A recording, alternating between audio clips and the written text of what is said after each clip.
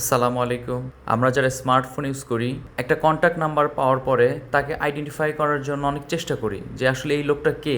সেক্ষেত্রে আমরা কিন্তু ম্যাক্সিমাম মানুষ স্মার্টফোনের ইউজার হিসেবে ট্রু কলারটা খুবই সচরাচর বেছে নেওয়া হয়। তো ট্রু কলারের ক্ষেত্রে আমাদের কিছু সেটিংস যদি আমরা জেনে নিই, আমরা অনেক উপকৃত হব।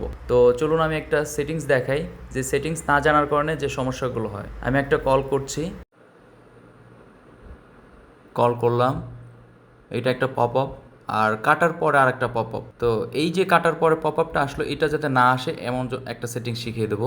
এছাড়াও আননোন নাম্বারেও যদি আমি কল করি, সেক্ষেত্রেও সেম সিস্টেম করা আছে, এটা বাই ডিফল্ট আছে। তো চলুন আমরা দেখে আসি কিভাবে ট্রু কলার থেকে এই সেটিংসটা শিখে নেওয়া যায়। তার জন্য চলে যেতে হবে ট্রু কলারে, রাইট সাইডে টপ অফ দ্য কর্নারে 3 ডটে ক্লিক করতে হবে এবং সেটিংসে যেতে হবে। এখান থেকে কলসে ক্লিক করতে হবে, স্লাইটলি স্ক্রল ডাউন করতে হবে।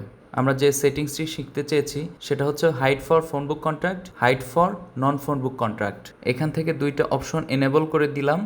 So let's see the result.